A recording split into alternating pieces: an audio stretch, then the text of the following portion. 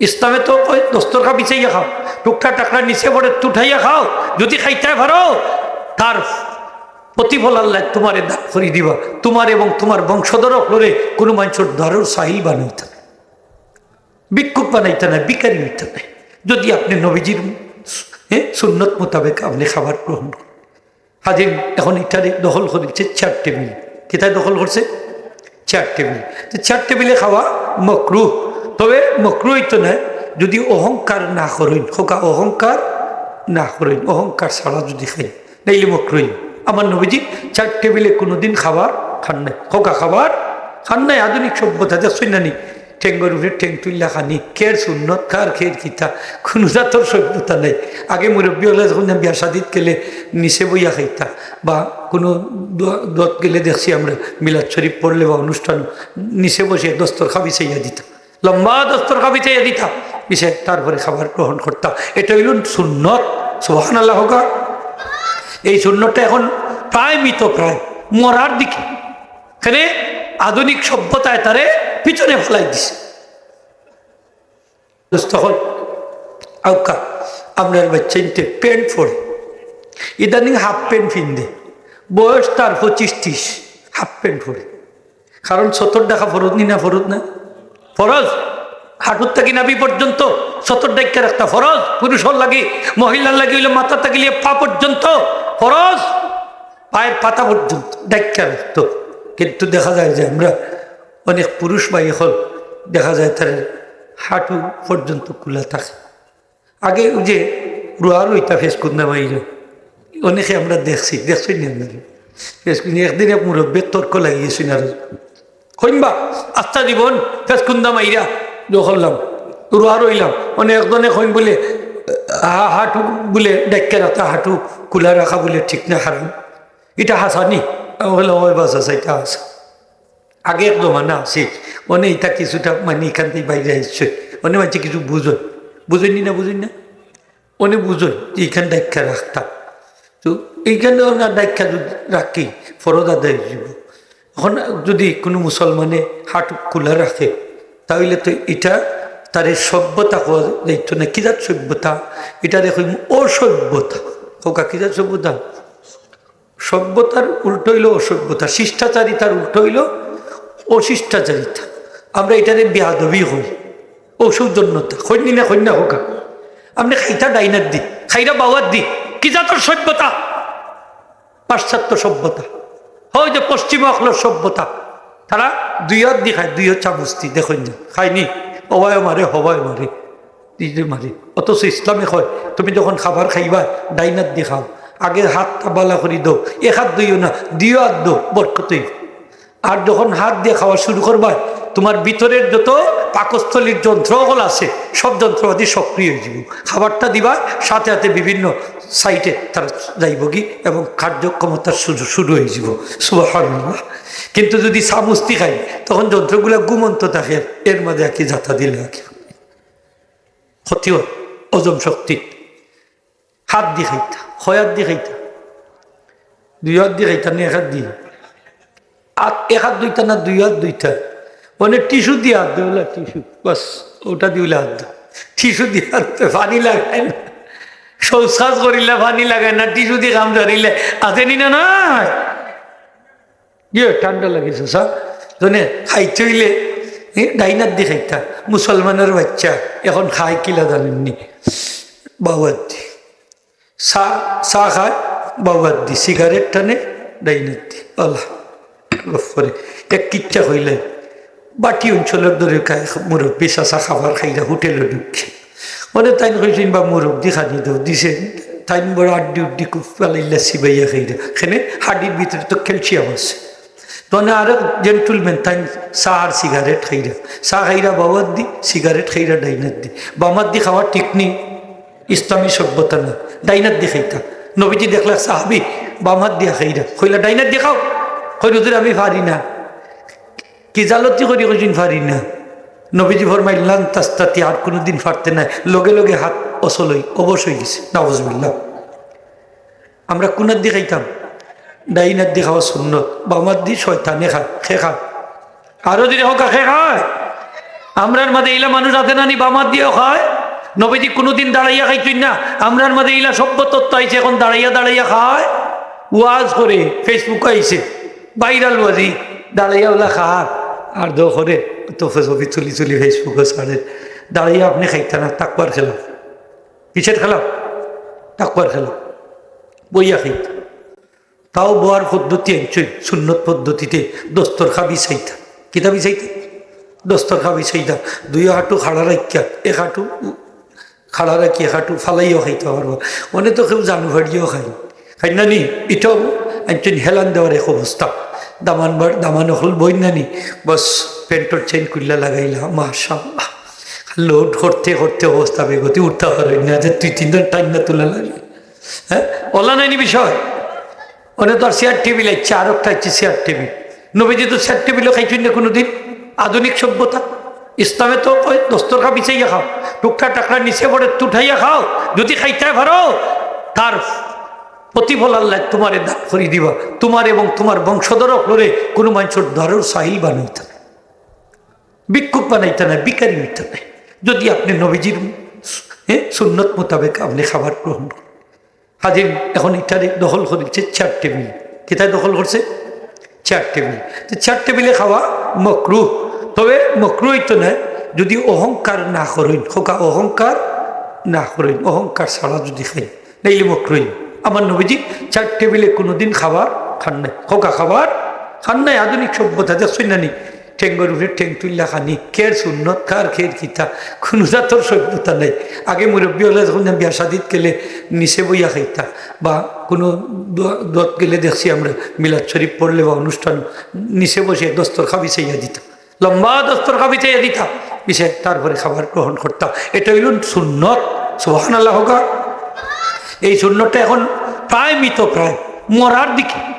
এখানে আধুনিক সভ্যতায় তারে পিছনে ফেলাই দিছে।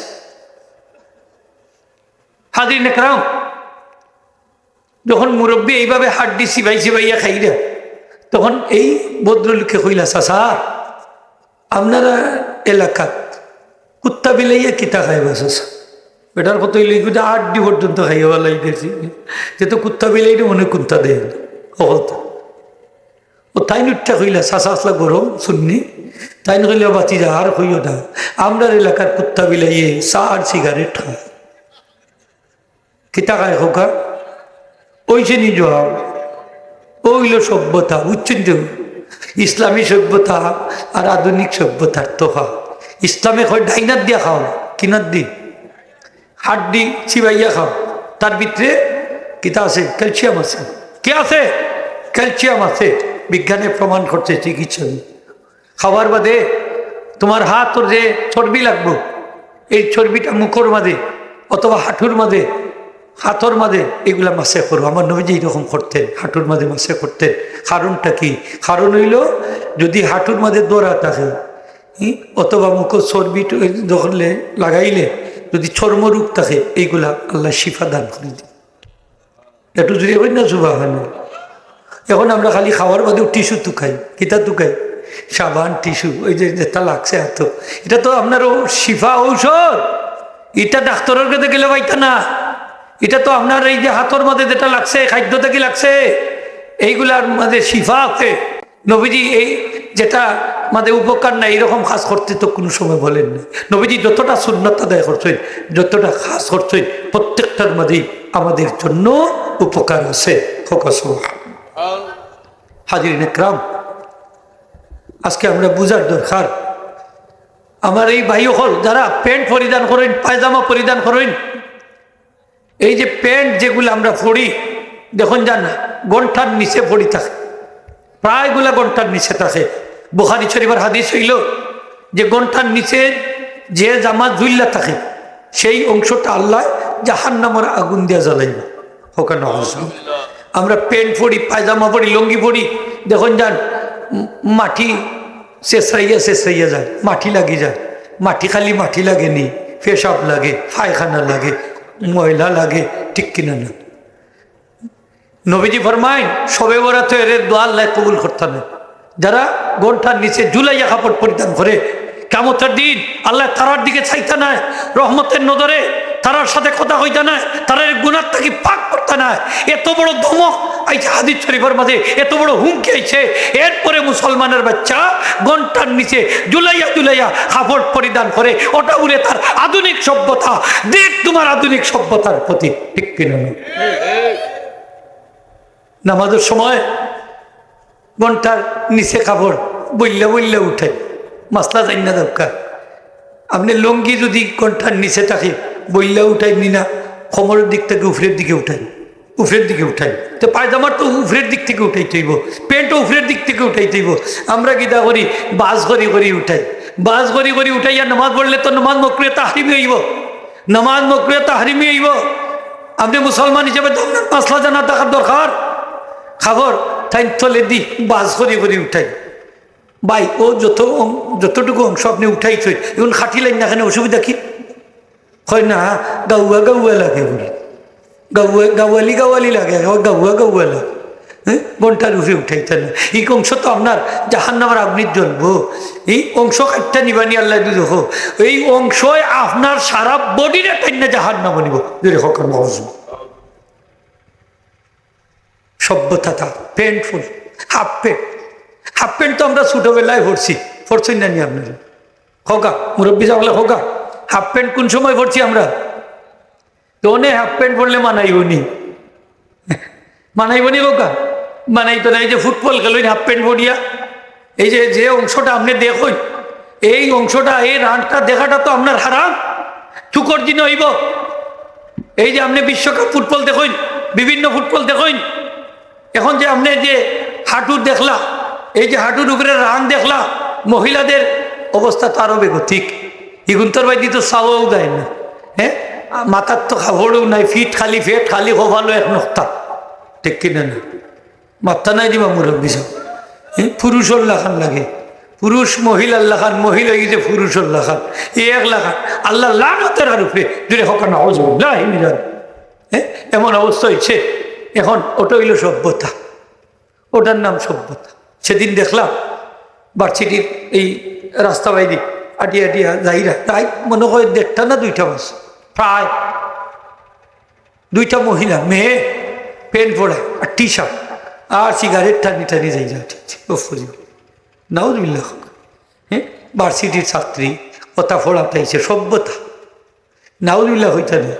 হ্যাঁ, ওরা শিক্ষিত, শিক্ষিত। এটা সুশিক্ষা না কুশিক্ষা? আরো যদি হোক সুশিক্ষা না কুশিক্ষা? যে শিক্ষায় নারীর বেফর্দা বানায়, যে শিক্ষায় নারী অঙ্গরে উলঙ্গ বানায়, যে শিক্ষায় নারী অঙ্গরে নারীর মাতৃজাতির মর্যাদা থেকে নিচে নামায়, সেই শিক্ষা সুশিক্ষা হইতে পারে না, কুশিক্ষা। একটা নারী যদি সুশিক্ষিত হয়, গোটা জাতি সেই নারীর উপরে নির্ভর করে। নারী যদি শিক্ষিত হয় তাহলে তার সন্তানটাও শিক্ষিত হইব, জাতিটাও শিক্ষিত হইব।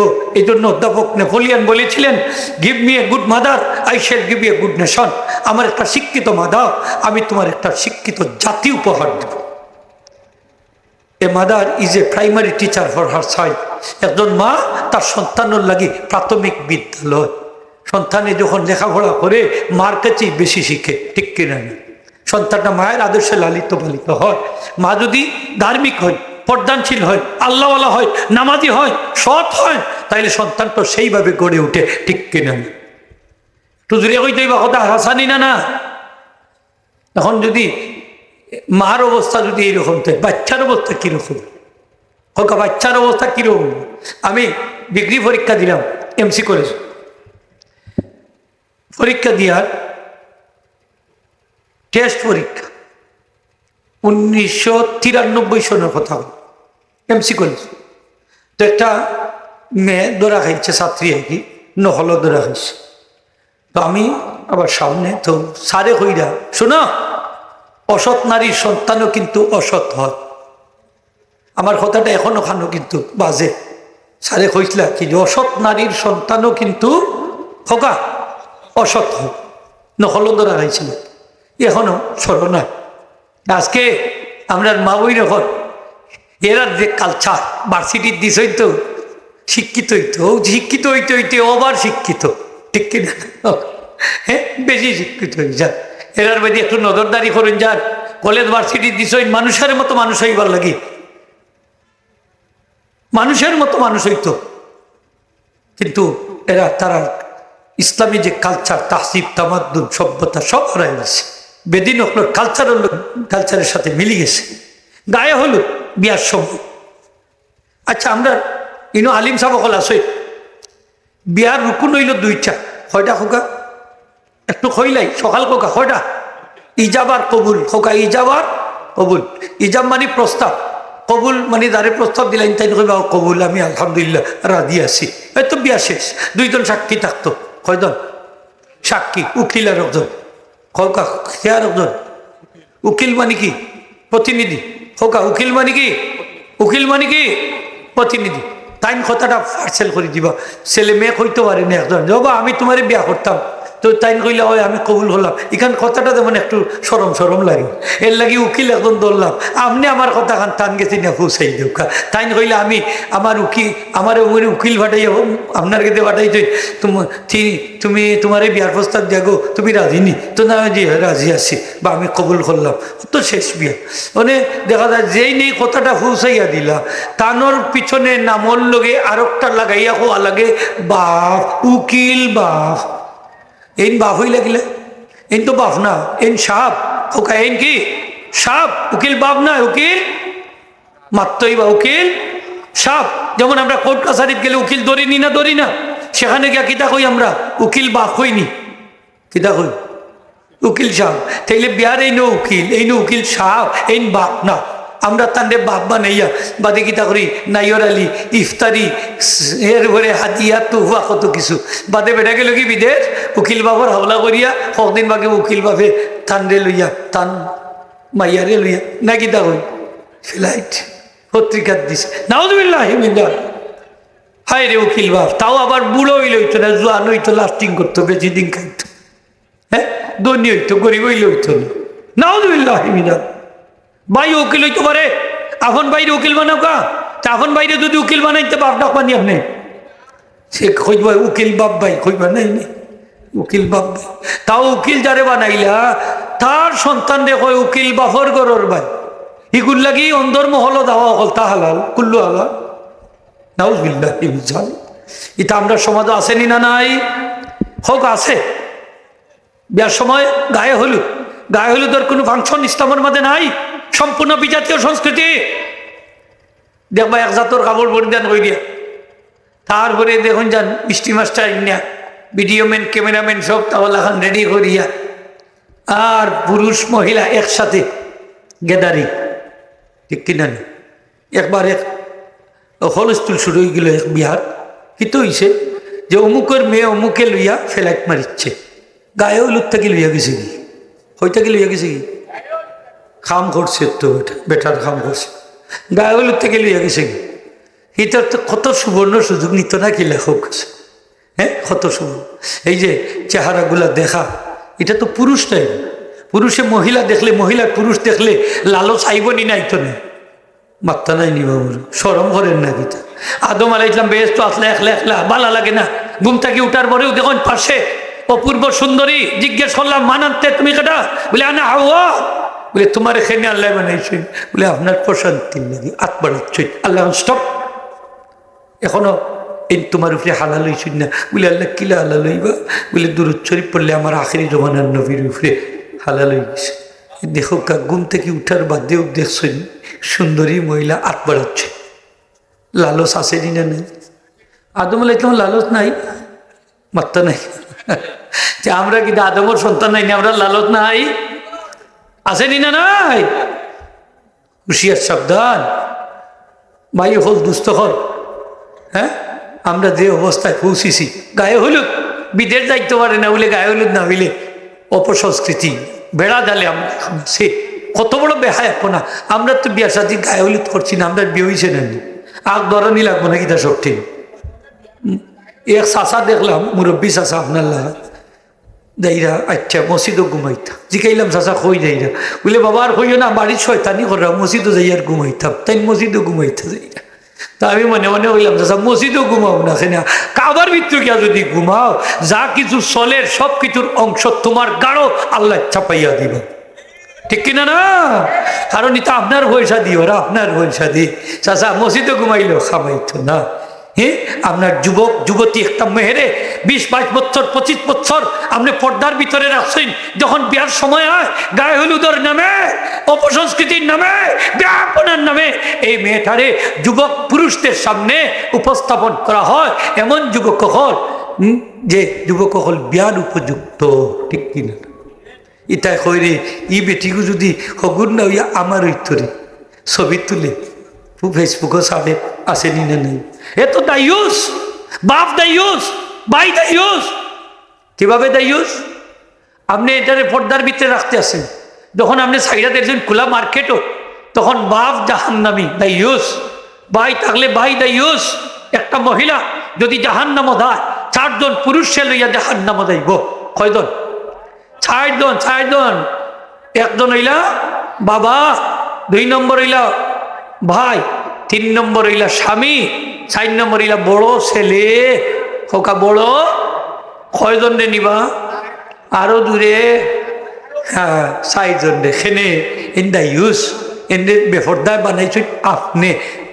নবীজি ফরমাইন দায়ুস হইল আল্লাযী ইউকিরু আহলাহুল খাবাসা, যে তার পরিবার পরিজনে খাবাস মানে বেফরদারে পছন্দ করে। ইলা অনেক ফ্যামিলি আছে, তার মেয়ে হল, তার স্ত্রী বেফরদা চলে, তার বোন বেফরদা চলে, মা বেফরদা চলে, কিন্তু পর্দার ভিতরে রাখার সে চেষ্টাই করে নাই। এই সমস্ত পুরুষরাই হচ্ছে দায়ুস। দূরে হোক। আপনার সমাজে এগুলো আসেনি না নাই?